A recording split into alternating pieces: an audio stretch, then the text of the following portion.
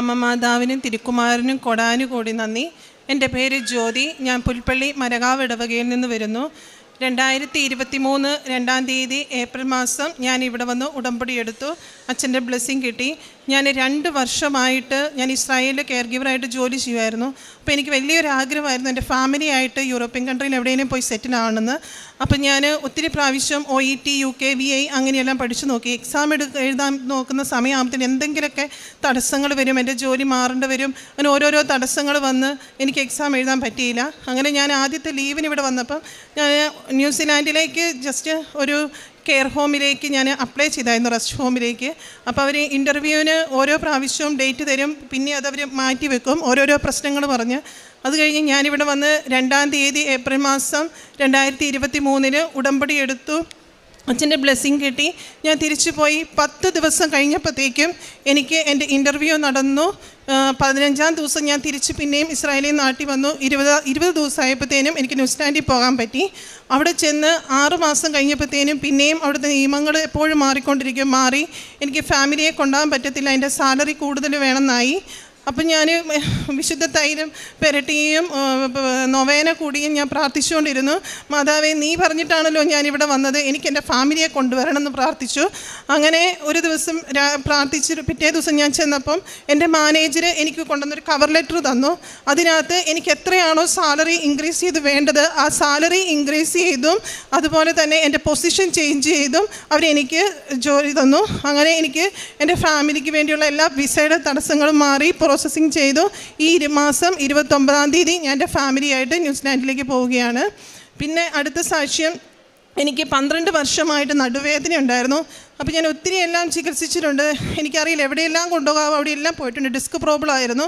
അപ്പോൾ എനിക്ക് ഇസ്രായേലിൽ നിന്ന് ഡ്യൂട്ടിക്ക് ന്യൂസിലാൻഡിലേക്ക് പോകുമ്പോൾ എൻ്റെ ഏറ്റവും വലിയ ടെൻഷൻ അതായിരുന്നു. ദൈവമേ, ഞാൻ ബെൻഡ് ചെയ്തൊക്കെ ജോലി ചെയ്യുമ്പം ഞാൻ കിടപ്പിലായി പോകുമോ, എനിക്കത് ഏറ്റവും വലിയ പേടിയുള്ളൊരു കാര്യമായിരുന്നു. അങ്ങനെ ഒരു ദിവസം ഞാൻ ജസ്റ്റ് ഒന്ന് തുമ്മിയപ്പം എൻ്റെ നടുവിന് വേദന വന്നു. സിവിയർ പെയിൻ ആയിരുന്നു. എന്നെ പിടിച്ചെടുത്തുകൊണ്ടാണ് ഹോസ്പിറ്റലിലേക്ക് കൊണ്ടുപോയത്. അവിടെ ചെന്ന് MRI എല്ലാം എടുത്ത് എക്സ്റേ എല്ലാം എടുത്ത് കഴിഞ്ഞ് അവർക്ക് മോർഫിനൊക്കെ തന്ന് വീട്ടിട്ട് പറഞ്ഞു ഫിസിയോതെറാപ്പി ചെയ്യണം, അല്ലാതെ ഇപ്പോൾ ഒന്നും ചെയ്യാൻ പറ്റത്തില്ല. 1 മാസത്തേക്ക് ACC ലീവിൽ റെസ്റ്റ് എടുത്ത് ഫിസിയോതെറാപ്പി ചെയ്യാൻ പറഞ്ഞു. അപ്പോൾ വീട്ടിൽ വന്നപ്പോൾ ഞാൻ പറഞ്ഞു ഞാൻ ഫിസിയോതെറാപ്പി ചെയ്യില്ല. എൻ്റെ കസിൻ്റെ കൂടെയായിരുന്നു ഞാൻ നിന്നിരുന്നത്. എൻ്റെ മാതാവ് എന്നെ ഫിസിയോതെറാപ്പി ചെയ്യും, അതിനേക്കാൾ വലിയൊരു ഫിസിയോതെറാപ്പിസ്റ്റ് എനിക്കില്ല. അങ്ങനെ ഞാൻ തൈലം തേച്ച് പ്രാർത്ഥിച്ചുകൊണ്ടിരുന്നു. നൊവേന കൂടി സാക്ഷ്യങ്ങൾ കേട്ട് 3 ദിവസം പെണ്ണെ കടന്ന് പ്രാർത്ഥിച്ചു. 3-ാമത്തെ ദിവസം ഒരു കുഴപ്പവും കൂടാതെ ഞാൻ പിന്നെയും ഡ്യൂട്ടിക്ക് പോയി. അന്ന് മുതൽ ഇന്ന് വരെ ഞാൻ 15 മണിക്കൂർ ഫ്ലൈറ്റിൽ യാത്ര ചെയ്തു. ബാംഗ്ലൂരിൽ നിന്ന് വീട്ടിലേക്ക് യാത്ര ചെയ്ത് ഇവിടെ വന്നു. ഈ നിമിഷം വരെ എനിക്ക് അങ്ങനെ നടുവേദന ഉണ്ടായിട്ടില്ല. പിന്നെ ഒരു സാക്ഷ്യം ഉണ്ടായത്, എൻ്റെ മകന് 10 വയസ്സായിപ്പം. അപ്പോൾ അവന് എന്നും കടന്ന് മൂത്രമൊഴിക്കുന്നൊരു സ്വഭാവം ഉണ്ടായിരുന്നു. അപ്പോൾ എവിടെയെല്ലാം ആരെങ്കിലും കസിൻസിൻ്റെ വീട്ടിൽ എവിടെയെങ്കിലും കൊണ്ടുപോകും. പിന്നെ ന്യൂസിലാൻഡിലേക്ക് കൊണ്ടുപോകുമ്പോഴൊക്കെ എനിക്കൊരു ടെൻഷനായിരുന്നു. ക്യാമ്പിങ് അങ്ങനെയൊക്കെ സ്കൂളിൽ നിന്ന് കൊണ്ടുപോകും. അപ്പോൾ ഈ കൊച്ചിൻ്റെ ഈ സ്വഭാവം മാറിയില്ലെങ്കിൽ മാതാവേ ഞാൻ എന്ത് ചെയ്യുമെന്നൊരു പേടിയായിരുന്നു. അങ്ങനെ ഞാൻ എന്നും ഡെയിലി ബ്രെഡിലും അച്ഛൻ്റെ ടോക്ക് കേട്ടും ധ്യാനം കൂടിയും ഒക്കെ പ്രാർത്ഥിക്കുമായിരുന്നു. മാതാവേ, എൻ്റെ കുഞ്ഞിൻ്റെ ന്യൂസിലാൻഡിൽ പോകുന്നതിന് മുമ്പ് ആ സ്വഭാവം ഒന്ന് മാറിക്കിട്ടണേന്ന്. ഇപ്പം ഒരു 3 മാസമായിട്ട് എൻ്റെ കുഞ്ഞിന് അങ്ങനെ ഒരു പ്രോബ്ലമേ ഇല്ല, ഒരു കുഴപ്പവും ഇല്ലാതിരിക്കുന്നു. പിന്നെ അടുത്ത സാക്ഷി, ഒരു ദിവസം ഞാൻ അവിടെ ചെന്ന് ആദ്യമായിട്ട് ഡ്രൈവ് ചെയ്ത് പോകേണ്ട ഒരു അവസ്ഥ വന്നു. എനിക്ക് വലിയ ഡ്രൈവിംഗ് ഒന്നും അറിയില്ലായിരുന്നു. പക്ഷേ ഡ്യൂട്ടിക്ക് പോകാനൊരു വഴിയില്ലാത്ത ഞാൻ ഡ്രൈവ് ചെയ്ത് വണ്ടി എടുത്ത് പോയി. എൻ്റെ കസിൻ്റെ വണ്ടി എടുത്ത് പോയി. വണ്ടി ഓടിച്ച് പോയപ്പോൾ ഞാൻ സിഗ്നൽ ഇട്ടപ്പം എനിക്ക് റൈറ്റ് ലെഫ്റ്റ് അത് ഓഫാക്കാൻ പറ്റുന്നില്ലായിരുന്നു. അപ്പോൾ 80 സോണിൽ പോകുമായിരുന്നു. അപ്പോൾ എൻ്റെ കോൺസെൻട്രേഷൻ മൊത്തം സിഗ്നൽ അതെങ്ങനെ ഓഫാക്കാം എന്നൊരു ഇതിലേക്കായിപ്പോയി. അപ്പം ഞാൻ വണ്ടി എടുത്ത് പോയപ്പം വിശുദ്ധ തൈലം എടുത്ത് പുരട്ടി സ്റ്റീറിങ്ങിലും എൻ്റെ നെറ്റിയിലും പ്രാർത്ഥിച്ചിട്ടാണ് ഞാൻ പോയത്. അപ്പോൾ എൻ്റെ വണ്ടി അങ്ങോട്ട് പാളി പോകുന്നതും എതിരെ ഒരു വണ്ടി വരുന്നതും ഞാൻ കണ്ടുള്ളൂ. പെട്ടെന്ന് തന്നെ സ്റ്റീറിങ്ങെ പിടിച്ച് ആരോ വെട്ടിച്ച് എന്നെ അവിടെ നിന്ന് രക്ഷിച്ചു, അല്ലെങ്കിൽ വലിയൊരു ആക്സിഡൻറ്റ് ഉണ്ടായേനെ. അത് കഴിഞ്ഞ് പുറകെ വന്നവർ ഞാൻ ഡ്രഗ്സ് എന്തെങ്കിലും കഴിച്ചിട്ടാണോ വണ്ടി ഓടിച്ചത് പോലീസിനെ വിളിച്ചു. എൻ്റെ പുറകെ പോലീസ് വന്ന് എന്നെ ഫോളോ ചെയ്തു. അപ്പോൾ എന്താണെങ്കിലും ഇങ്ങനെ ഒരു കേസിന് എന്തായാലും ഫൈനെങ്കിലും കിട്ടും. ഞങ്ങൾ യെല്ലോ ലൈൻ ക്രോസ് ചെയ്താണ് പോയത്.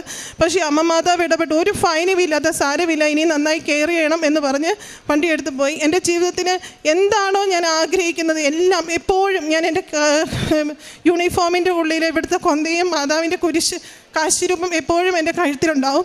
എന്താണോ ഞാൻ ആഗ്രഹിക്കുന്നത് ചോദിക്കുന്നതെല്ലാം അമ്മ മാതാവ് ഓരോ നിമിഷവും എനിക്ക് തന്നുകൊണ്ടിരുന്നു. അമ്മ മാതാവിന് കോടാനുകോടി നന്ദി. സങ്കീർത്തനങ്ങൾ 54:6 ഞാൻ അങ്ങേക്ക് ഹൃദയപൂർവ്വം ബലിയർപ്പിക്കും. കർത്താവെ, അങ്ങയുടെ ശ്രേഷ്ഠമായ നാമത്തിന് ഞാൻ നന്ദി പറയും. അങ്ങനെ എല്ലാ കഷ്ടതകളിൽ നിന്ന് മോചിപ്പിച്ചു. ജ്യോതി പീറ്റർ എന്ന ഈ സഹോദരി ഉടമ്പടി ജീവിതത്തിൽ ലഭിച്ച വലിയ അനുഭവങ്ങളെ ഈ അൾത്താരയിൽ സാക്ഷ്യപ്പെടുത്തുന്നു. ആദ്യത്തേത് വിദേശത്ത് പോകുവാനുള്ള പരിശ്രമം, അത് ഫലമണിഞ്ഞത്. വിദേശത്ത് അവിടെ ചെന്നതിന് ശേഷം കുടുംബത്തെ ന്യൂസിലൻഡിൽ കൊണ്ടുവരുവാൻ വേണ്ടിയുള്ള പരിശ്രമം. അവിടെ സാലറി കുറവാണ്, അതോടൊപ്പം തന്നെ അത് മെച്ചപ്പെട്ട് വരികയാണെങ്കിൽ മാത്രമേ മകൾക്ക് അതിനുള്ള സാധ്യത തുറക്കുകയുള്ളായിരുന്നു. ചെന്ന് കുറച്ച് നാൾ കഴിയുമ്പോൾ മകള് സാക്ഷികൂടാരത്തിൽ സൂചിപ്പിച്ചു, 10 മലയാളികൾ അവിടെ ജോലി ചെയ്യുന്നുണ്ട്, അതിൽ മകളെ മാത്രം പ്രൊമോഷൻ കൊടുത്ത് പ്രത്യേക ഒരു പോസ്റ്റിലേക്ക് അവർ ഉയർത്തുകയും മകളുടെ സാലറി ഉയർത്തി കൊടുക്കുകയും അതുവഴി കുടുംബത്തെ കൊണ്ടുപോകുവാനുള്ള സാധ്യതകൾ മകൾക്ക് തുറന്നു കൊടുക്കുകയും ചെയ്തു. ഈ മാസം അവസാനം കുടുംബം ഒരുമിച്ച് അവിടെ ജീവിക്കുവാനുള്ള എല്ലാ സാധ്യതകളും അത് കഴിവിനാലല്ല ദൈവകൃപയാൽ മാത്രം മകൾക്ക് അനുവദിച്ചു കൊടുത്തതിനെയാണ് ആദ്യം സാക്ഷ്യപ്പെടുത്തിയത്. രണ്ടാമത്തത് അപകടകരമായ ഒരു ഡ്രൈവിങ്. വിദേശത്തൊക്കെ നമ്മുടെ നാട്ടിലേതുപോലെയല്ല, ഒത്തിരി ലൈനും ഒത്തിരി നിയമങ്ങളും, അത് തെറ്റിച്ചാൽ വലിയ ശിക്ഷയുമൊക്കെയുള്ള നാടുകളാണ്. അവിടെയാണ് മകൾക്ക് വളരെ അപകടകരമായ ഒരു ഡ്രൈവിംഗ് ഉണ്ടാവുകയും അത് ശിക്ഷാകരമായി തീരുവാൻ എല്ലാ സാധ്യത ഉണ്ടായിരുന്നിട്ടും അതിൽ നിന്ന് മകളെ പൂർണ്ണമായി സംരക്ഷിക്കുകയും സഹായിക്കുകയും ഒരു താക്കീത് കൊണ്ട് മാത്രം ആ പ്രയാസങ്ങൾ ഒരു അപകടം പോലും വരുത്താതെ മകളെ സംരക്ഷിച്ചതിൻ്റെ സന്തോഷമാണ് സാക്ഷ്യപ്പെടുത്തിയത്. അതോടൊപ്പം മകന് ദീർഘനാളായി ഉണ്ടായിരുന്ന രാത്രിയിലുള്ള മൂത്രമൊഴിക്കുന്ന ശീലത്തിൽ നിന്ന് അമ്മ മാതാവിൻ്റെ ഉടമ്പടി തൈലം പൂശി പ്രാർത്ഥിക്കുന്നതിലൂടെ പൂർണ്ണമായി വിമുക്തി ലഭിച്ചതിൻ്റെ സന്തോഷവും മകൾ സാക്ഷ്യപ്പെടുത്തുന്നു.